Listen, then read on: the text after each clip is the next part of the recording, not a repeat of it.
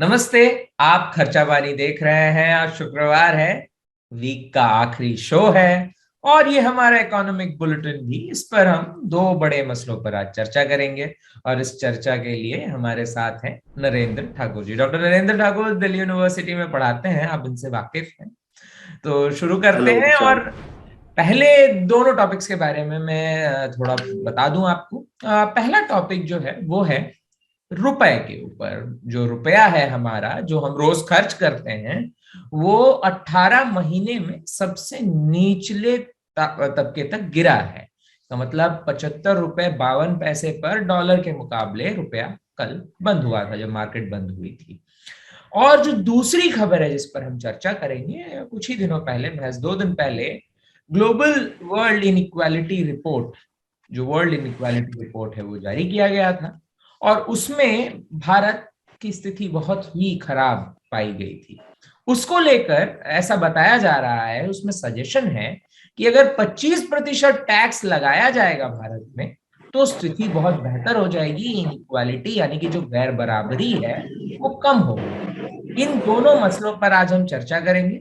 और शुरू करते हैं पहले खबर से। जैसा कि मैंने आपको बताया कि रुपया 18 महीने में सबसे ज्यादा निचले पायदान पर चला गया है। इससे पहले 76 रुपए पर रुपया गया था। वो पिछले साल अप्रैल का वक्त था, कोरोना वायरस का प्रकोप था, दूसरी लहर आ चुकी थी, हालात काफी नाजुक थे। इन फिलहाल उस तरह के हालात नाजुक नहीं है। ओमिक्रॉन का खतरा जरूर है, लेकिन उस तरह से कुछ बखूबी तौर पर या तो फैलता या हॉस्पिटलाइजेशन के नाम पर अभी तक वैसा कुछ देखने को नहीं मिला है। हम नहीं भी चाहते हैं ऐसा हो। ओमिक्रॉन वेरिएंट ऑफ कोर्स हमारे बीच आ चुका है, लेकिन हम सब सावधानी बरतें ताकि इसका खतरा कम से कम फैले। लेकिन ये जो रुपया नीचे गिरा है, इसकी क्या वजह देखते हैं नरेंद्र जी आप? थैंक यू प्रशांत, मुझे बुलाने के लिए और ये चीजें समझने के लिए। मुझे लगता है कि जो आप ये कह रहे हैं कि जो हमारा एक्सचेंज रेट है, एक्सचेंज रेट मतलब रुपए के मुकाबले जो है डॉलर हमें कितने का मिल रहा है। तो उसमें अभी 75 रुपए जो है वो हमें देने पड़ रहे हैं $1 के लिए। अभी ये रेट हो गया है, जो कि यदि हम उसको कंपेयर करें जनवरी में, तो वो लगभग एक तरह से 71.5 रुपीज था, प्लस साढ़े एक तरह 71 रुपए था यदि 2020 जनवरी में हम बात करें। और आज हो गया साढ़े 75। तो इसका कारण क्या है? उसके दो कारण प्रमुख माने जा रहे हैं या बताए जा रहे हैं। देखिए कि एक तरह से हम ये कहना चाह रहे हैं कि जो हमारा रुपया है अंतर्राष्ट्रीय स्तर पे, उसके वो जो है एक तरह से अब हमारे लिए वो सस्ता हो गया है और हमारे लिए डॉलर जो है वो महंगा हो गया है। उसका कारण ये है, ये मांग पूर्ति से चलता है। मतलब यदि हमारी रुपए की मांग जो है अंतर्राष्ट्रीय बाजार में कम होगी और डॉलर की ज्यादा होगी, तो उस तरह से उसकी वैल्यू जो है बढ़ जाती है और हमें ज्यादा रुपए देने पड़ते हैं। तो पहले हम 71 रुपया दे रहे थे जनवरी 2020 में, और आज हम 75 दे रहे हैं। तो उसके दो कारण क्यों है, मतलब मांग क्यों कम हो रही है। एक कारण तो वो देखा जा सकता है कि जो अभी डेटा ही आया है पीछे ministry of statistics and programme implementation का Q2 में, उसमें हम देख सकते हैं कि हमारा जो ट्रेड डेफिसिट है वो इंक्रीज किया है। इसका मतलब है कि हमारे जो एक्सपोर्ट है वो कम हो रहे हैं और इम्पोर्ट ज्यादा हो रहा है। तो जाहिर सी बात है, जब हम इम्पोर्ट करेंगे तो नेचुरल है डॉलर की डिमांड या और करेंसीज की डिमांड बढ़ेगी, और हमारा जो एक्सपोर्ट, हम जो निर्यात कर रहे हैं बाहर के देशों में, उसके लिए रुपए की मांग कम होगी। तो जाहिर सी बात है, एक कारण उसका ये है कि जितना हमारा व्यापार का घाटा है वो बड़ा है, उस कारण से रुपए की मांग जो है कम हो रही है और हमें ज्यादा रुपए देने पड़ रहे हैं एक्सचेंज रेट में। और दूसरा जो महत्वपूर्ण कारण है वो ये है कि अब यूएस जो है रेट ऑफ इंटरेस्ट को इंक्रीज करना चाह रहा है। उसका कारण ये है कि वहां पे इन्फ्लेशन रेट हाई है, 5% से ज्यादा हो गया है। तो जो बाइडेन अभी कह ही रहे हैं, कल ही स्टेटमेंट आई और उन्होंने ट्वीट भी किया है कि हम रेट ऑफ इंटरेस्ट को बढ़ाएंगे।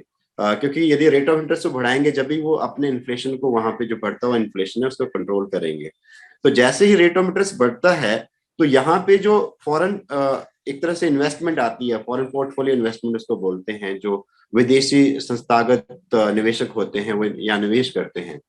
तो उसके कारण से क्या हो रहा है कि उनको ये आशंका होते ही कि वहां पे रेट ऑफ इंटरेस्ट बढ़ रहा है अमेरिका में, तो यहाँ से ये डेटा आया भी है, बिजनेस स्टैंडर्ड में भी कोट किया है या फाइनेंशियल एक्सप्रेस में भी, कि पिछले यदि नवंबर 18 से हम देखें और आज तक, तो लगभग जो है वो $6 बिलियन जो है वो हमारा आउटफ्लो हो चुका है। जो एफपीआई है, फॉरेन पोर्टफोलियो इन्वेस्टमेंट है, उसका जो है आउटफ्लो हुआ है $6 बिलियन।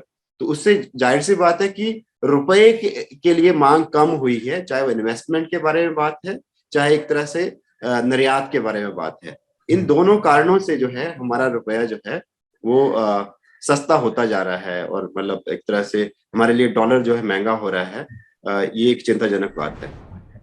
इसमें मेरे दो सवाल हैं और उन दोनों को मैं साथ ही पेश करता हूं। आपने बताया कि मिनिस्ट्री ऑफ स्टैटिस्टिक्स का डेटा आया था और डेटा ने साफ बताया था कि जो एक्सपोर्ट है वो कम हो रहा है। एक्सपोर्ट कम होने का इंडिकेशन है कि प्रोडक्शन भी हमारे मार्केट में कम हो रहा है, तो ये भी एक इंडिकेटर, बड़ा इंडिकेटर है कि प्रोडक्शन नीचे गिरा है।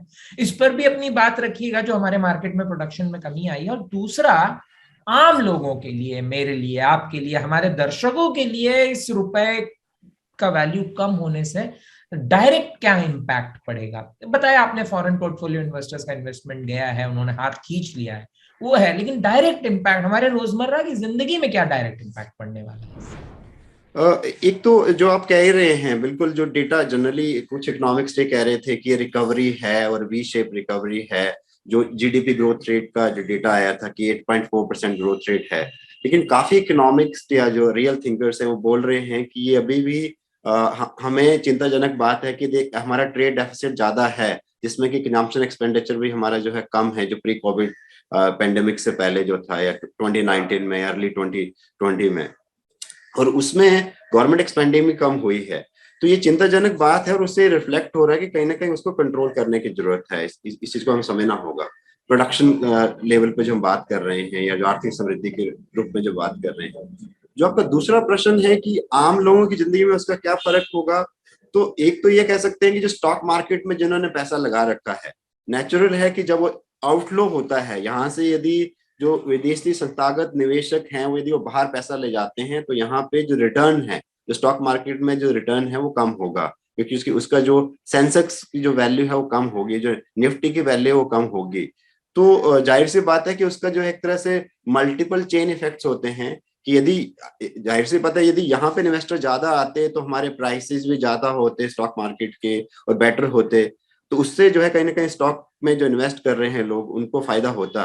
लेकिन यदि आउटफ्लो हो रहा है और उसमें एक्सचेंज रेट के, और वही कारण जो है बना हुआ है, एक्सचेंज रेट जो है हमारा एक तरह से अप्रिशिएट कर रहा है, तो वो प्रॉब्लमेटिक तो है, जिससे कि निवेशकों को समस्या होगी।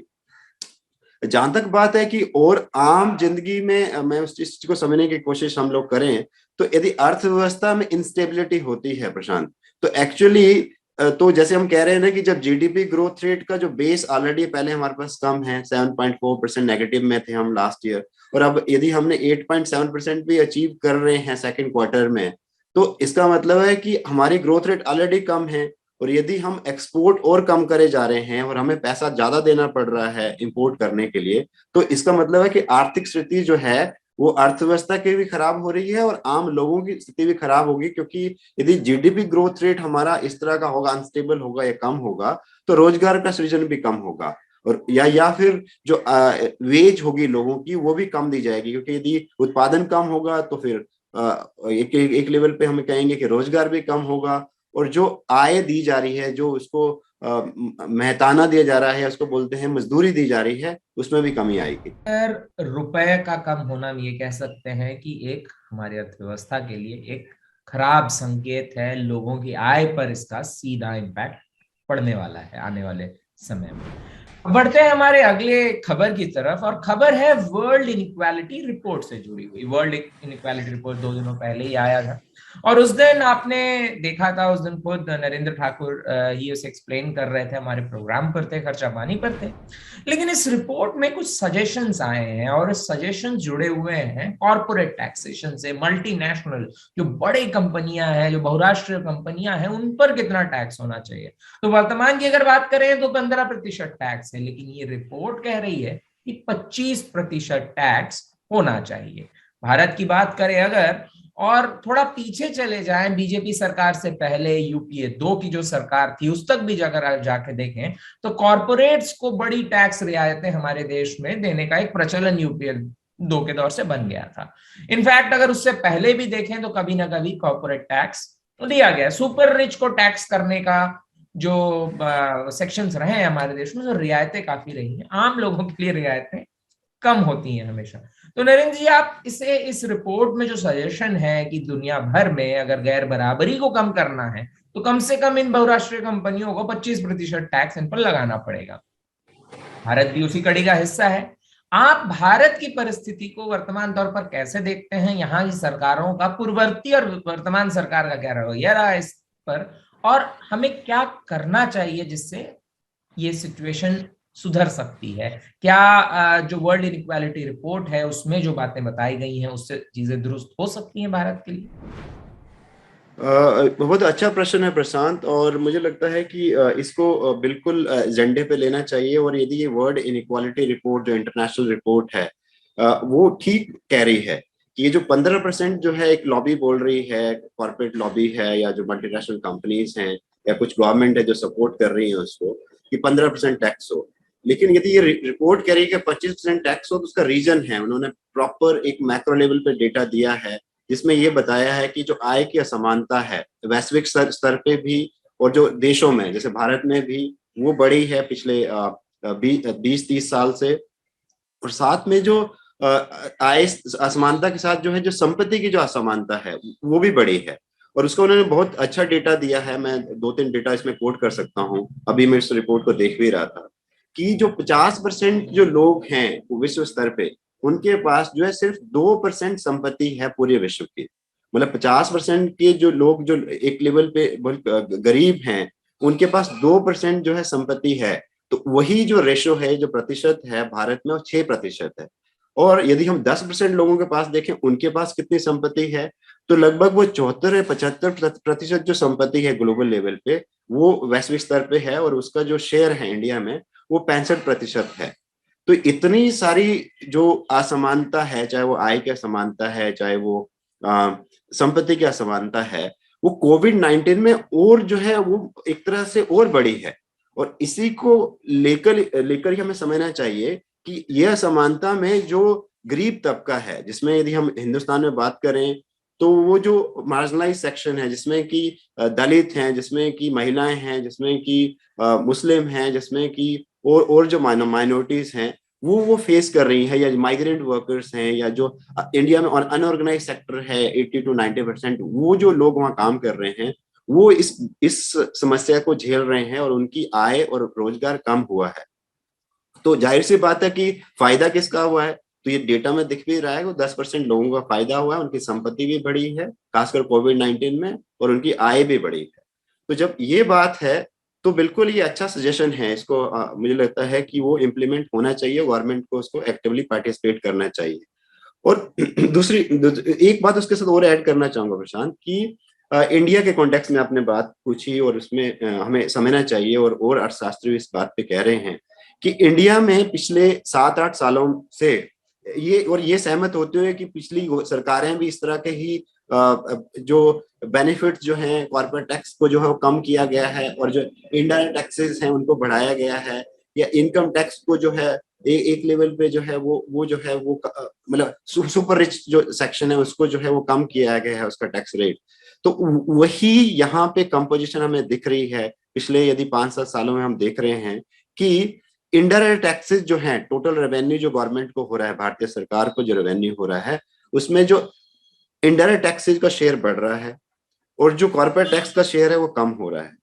तो ये कहीं ना कहीं इनइक्वालिटी को रिफ्लेक्ट कर रहा है कि कहीं ना कहीं देखिए आपकी यदि आम आदमी जो है यदि एक चाय भी पीता है, या एक जो है पेंसिल भी लेता है, या एक जो है आटा भी लेता है, चावल भी लेता है, उसमें इनडायरेक्ट टैक्सेस पे कर रहा है।